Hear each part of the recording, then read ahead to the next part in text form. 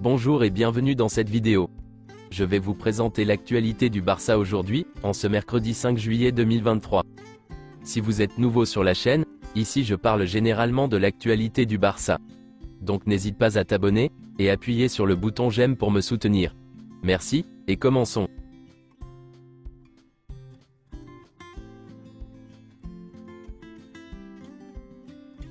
Le premier match de Liga de la saison prochaine aura lieu le 13 août 2023, à l'extérieur contre Retafe.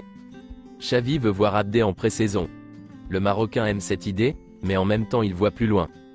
Il veut profiter de nombreuses minutes, comme il l'a fait à Osasuna pour continuer à grandir, et ce sera difficile au FC Barcelone. Xavi veut aussi voir Nico en pré-saison, avant de prendre une décision. Il pourrait convaincre l'entraîneur, mais il est d'accord pour un prêt, car la concurrence sera féroce.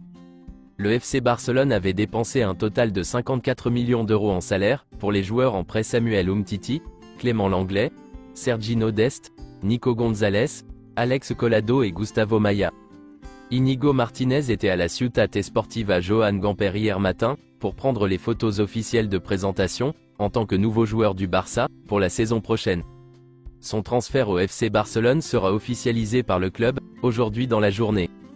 Quelques déclarations d'Arthur Melo. Je suis meilleur aujourd'hui, que lorsque je suis arrivé au Barça. Mon passage au Barça? C'était très bien. La ville est incroyable, et c'est un club historique. J'ai vécu de très bons moments, et les souvenirs sont tous positifs. C'est dommage que je ne sois resté que 2 saisons au Barça.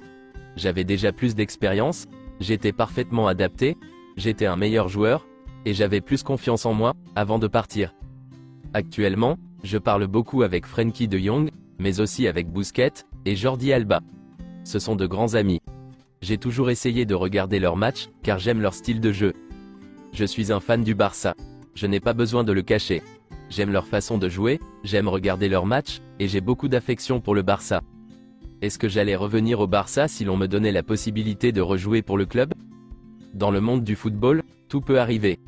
J'y ai vécu de grands moments, et leur style de jeu me convient. Quand je suis arrivé au Barça, j'étais trop jeune. Je n'avais peut-être pas assez mûri pour relever certains défis. Aujourd'hui, je suis un bien meilleur joueur. Mentalement, physiquement, et aussi parce que je comprends mieux le football. J'ai beaucoup appris. Signerai-je pour un club d'Arabie Saoudite? Non, je n'ai que 26 ans, et je pense que je peux donner beaucoup plus que ce que j'ai accompli jusqu'à présent. Je veux retrouver mon meilleur niveau, gagner des titres importants en Europe, et revenir dans l'équipe nationale brésilienne. Selon Mundo Deportivo, Marc Casado, joueur de la Masia, a reçu des offres de plusieurs équipes, mais il veut rester, et convaincre Xavi de jouer pour l'équipe première. Alex Collado a reçu des offres de Beşiktaş et d'Antalyaspor. Alex Collado n'a plus qu'1 an de contrat, mais le Barça va lui donner la lettre de liberté, pour qu'il puisse signer dans n'importe quel club, en tant qu'agent libre. Le club libérerait ainsi environ 2 millions d'euros de masse salariale. Le Real Betis et Valence veulent prêter Nico. Villarreal, la Real Sociedad et Porto suivent sa situation. Le Barça veut garder le contrôle sur lui, et préfère donc un prêt à un transfert permanent. Le Real Betis a fait une offre de prêt pour Eric Garcia. Le FC Barcelone s'attend à ce que le joueur parte, puisqu'il n'aura pas de minutes la saison prochaine. Xavi souhaite que la signature d'Oriol Romeu intervienne le plus rapidement possible. Mais Girona est clair.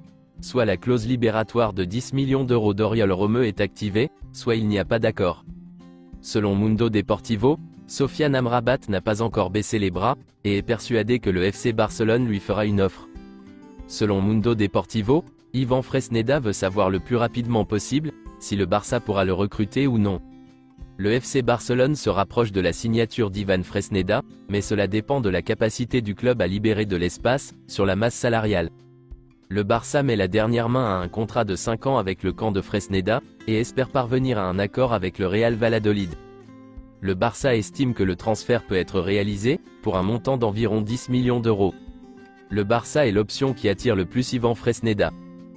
Le dernier club à s'être renseigné sur Kessié était Galatasaray, mais le Barça a refusé une offre de prêt avec option d'achat pour le joueur. Le club ne veut pas envoyer Kessié en prêt.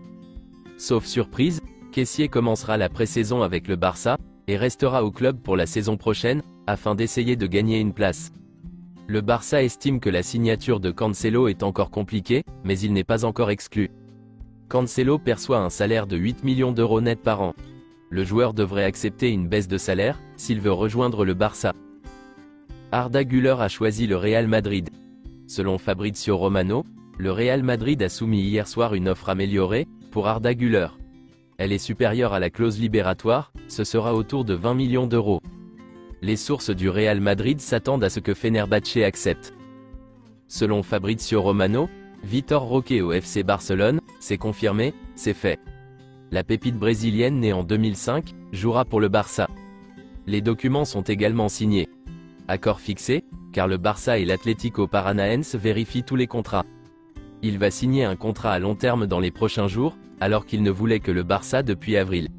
Deco a été crucial pour cet accord. On nous a dit que le contrat pourrait inclure une clause libératoire de 1 milliard d'euros, ce qui a été discuté il y a quelques jours. Les documents sont en cours de vérification.